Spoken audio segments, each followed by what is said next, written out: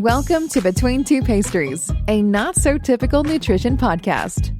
Nicole and Annie are licensed and registered dietitians. Join them as they discuss hot nutrition topics, challenge popular beliefs, and have a blast doing it. Here are your hosts, Nicole and Annie.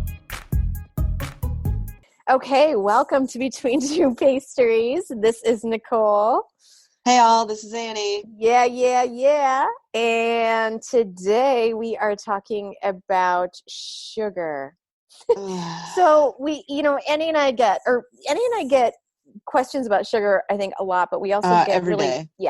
Also super get tired of like the discussion around it, the bashing of it, the labeling of it as the misinformation on it, the lack of education on what sugar A is and B what an added sugar is. Right. So the question was even posed that they know that simple sugars kind of get a really bad rap.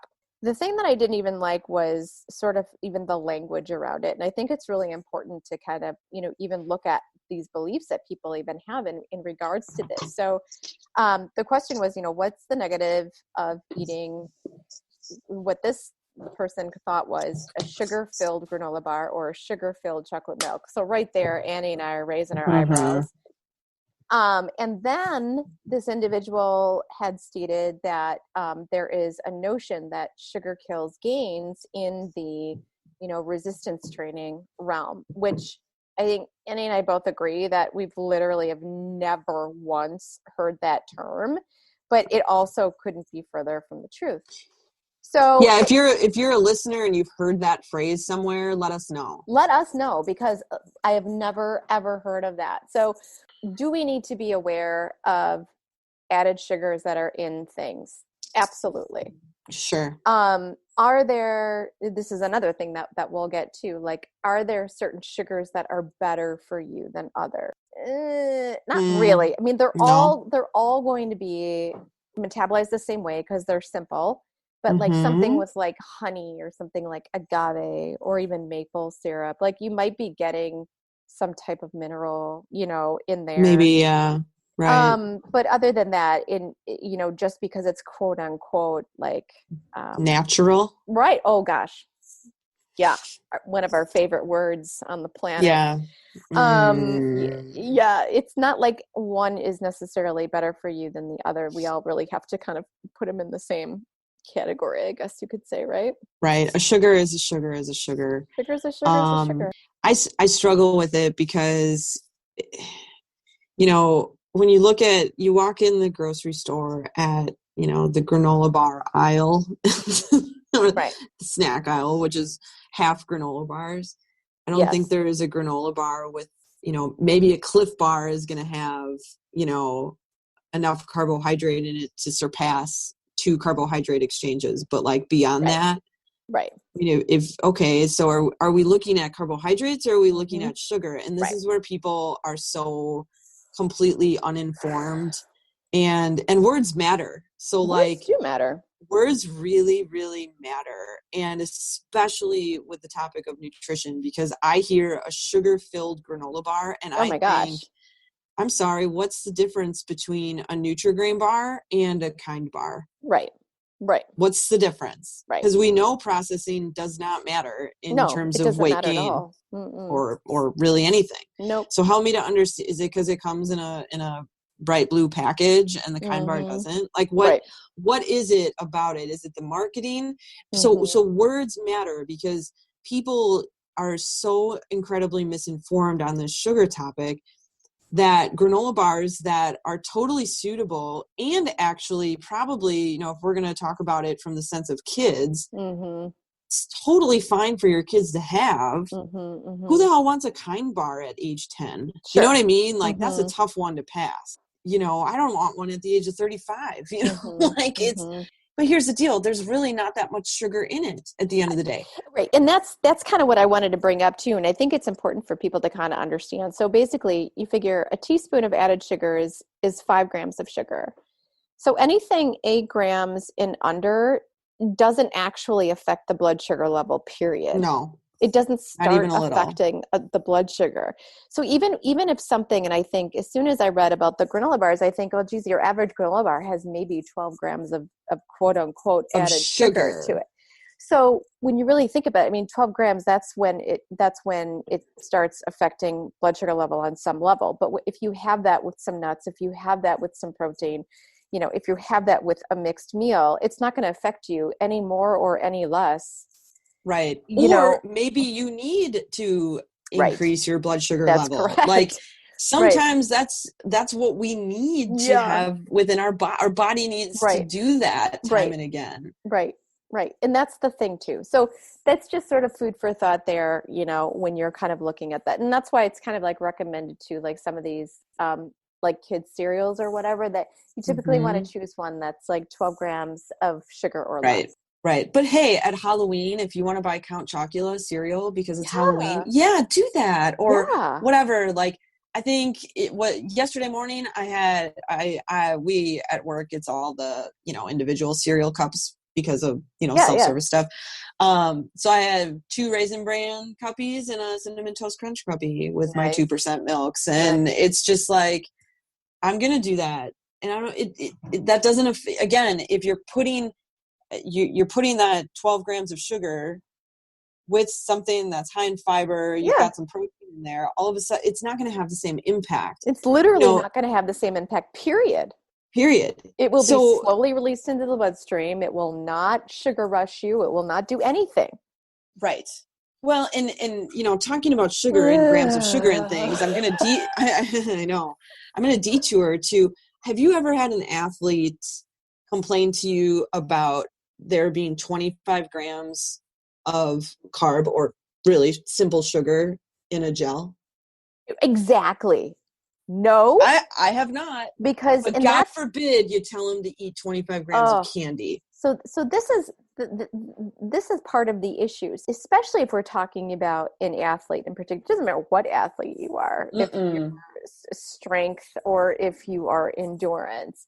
Yeah. Again, when you're eating certain things, you're eating them for energy. And as an athlete, that energy is coming in, it is being used and transported the way it needs to be, and it is done, period. And that is what is so important. So I have had on occasion people saying, I don't want to take the gels on my marathon because of all the sugar. They need to understand that when they are running a marathon, they are the car that needs the gas. And so gas into a car, gas leaves the car. So it's like the same thing with that carbohydrate, whether, you know, whatever form of sugar it's going to come in, and it better be a simpler sugar.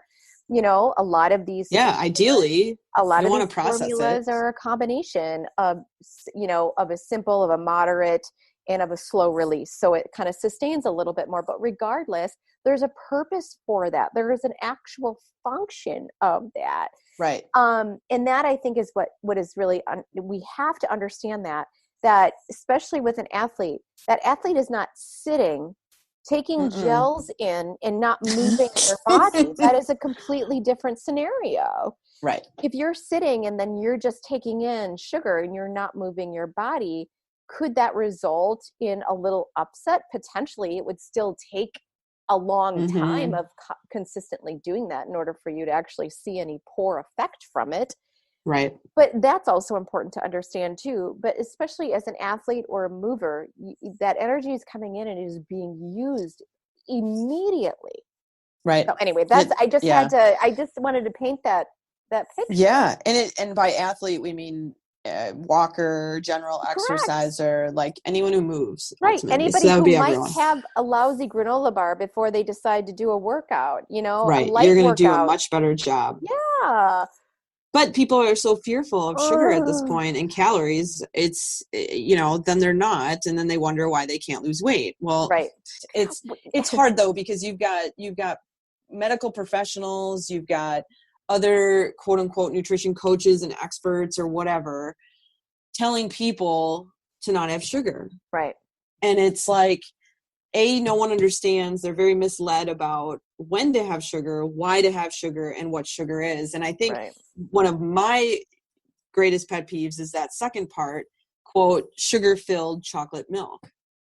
Oh, I know. That's upsetting because that is one of the most perfect recovery foods available, period. Not only a perfect recovery food, but the amount of nutrition that's in chocolate milk totally surpasses those extra few grams of added sugar. I agree with you. When you look at a chocolate milk container, you have to take out 12 grams of lactose. For the lactose, always. And that's with any dairy. Yes. It's with any dairy, you guys. So when you're looking at anything, even a yogurt, and yogurt can get super tricky. Mm-hmm. Annie and I need to talk about that. But, if you're eating a regular yogurt, there will be 12 grams of lactose. If you're eating a Greek yogurt, there will be up to 8 grams of lactose per cup. And if there isn't, and if you're consuming one that's smaller than a cup, then you know how much more added sugar there actually is to those. But anyway, kind of a separate topic. I think it really bugs me because milk in general, but chocolate milk included, has such a bad rap. Where it's just, oh, there's fat, there's sugar, oh, it's chocolate. And it's just like finally a kid is drinking calcium and an adult is drinking calcium. Right. An athlete is recovering. They're getting some protein, carb, maybe fat in there as well. Vitamins and minerals, essential vitamins and minerals, 9 to be exact, that are so important. God forbid an extra teaspoon or 2 of sugar. Totally.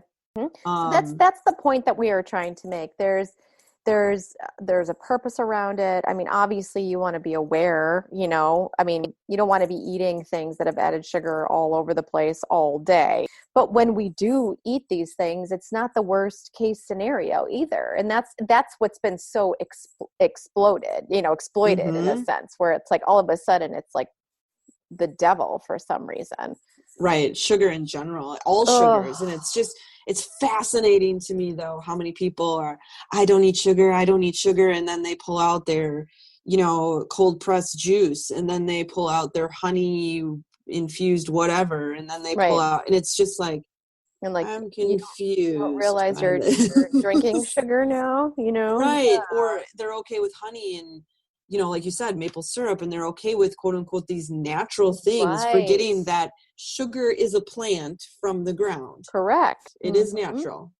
I just, what happened? Like, where did all the information go? Like, how did people become so misinformed on such a simple thing? I mean, even again, just thinking in terms of like, oh, I don't eat a lot of sugar. Is maybe that means that they're balanced and eating in moderation. But as for someone else, oh, I don't eat a lot of sugar, and they have literally 1 piece of fruit a day, and that's their sugar. You know what I mean? Like, yeah, I hear you. There isn't even this, like, even within the language, there isn't an idea of like what constitutes an okay level of sugar. It's all within one human being's own thinking process of what they deem okay. Right.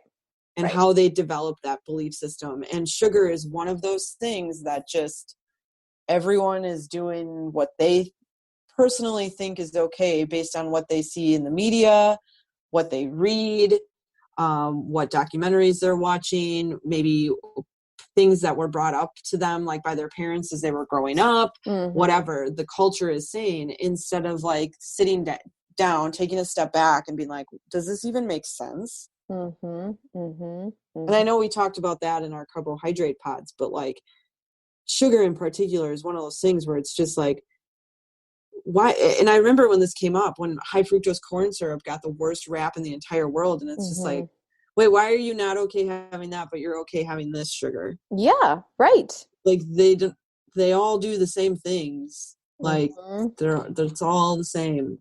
I've tried to explain it to different family members and stuff, and it's like flies getting right nowhere. over their head. Yeah, I know. And then this whole thing too about like, well, fruit has sugar and whatever, and it's like, oh my gosh, no, and no. It's so unbelievably frustrating, and that's why it's like it's.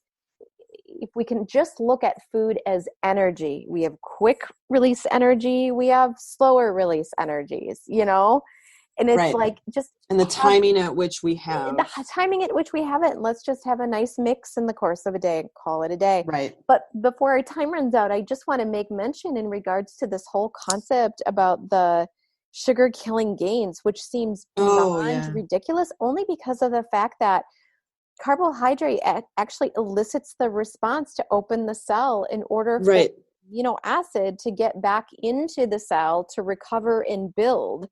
So none of that is making any sort of sense. The only thing when you're talking about bodybuilders in general, which is a whole other issue in and of itself, is that most of them are dehydrating themselves so extreme so that you can see the actual muscle. So does sugar hold water? Yes, it does. Yes. And so, you'll have a layer of water over that muscle, if you're going for the dehydrated look, but there's no such thing that sugar it's impossible. It doesn't even operate that way. It's not even physiologically sound. If anything, sugar is helping because of the fact, like I said, opens the cells, helps the aminos, repairs the muscle faster as well. Right. So that is a completely man-made, based off of fear assumption. Let's make a cute saying that rhymes, and before you know it, you've got a following. Do you see what I mean? Completely. Well, there's false. no premise for it. It's ridiculous. It's absolutely ridiculous. And we could go on and on about the topic too. So no, I don't think we should though, because here's the thing. I mean, certainly let us know your questions. We love answering questions, but we're not going to beat this into the ground. Right. And we're not talking about sit down and eat 6 candy bars in a day. We're talking about what people label as sugar, which is everything, including things that are actually ridiculously good for us. And do you remember that study that came out, or not even a study, but that article that came out on meat has sugar in it, and it was this. Oh my gosh, no! Do you remember? Oh, no. Yeah, and it was just ridiculous. Oh wow! And I've seen on water bottles no sugar added. I've seen it's gone so far over into the ridiculousness side. Well, that's with all of the sugar stuff. We create a fear, and then marketing takes over and. Yeah, there it goes. Makes money off of the fear. Love that stuff. So that's just fantastic. All right. So on that note, we're signing off, guys. We've had enough. That's it. Let us know what you think, though. We appreciate you listening. Toodles. Have questions you want to hear discussed on the show? Find us on Facebook or visit between2pastries.com and drop us a line. Want to support the show? Find us on Patreon for exclusive content. If you love the show, find us on iTunes or your favorite podcast platform. Hit the subscribe button and leave us a review.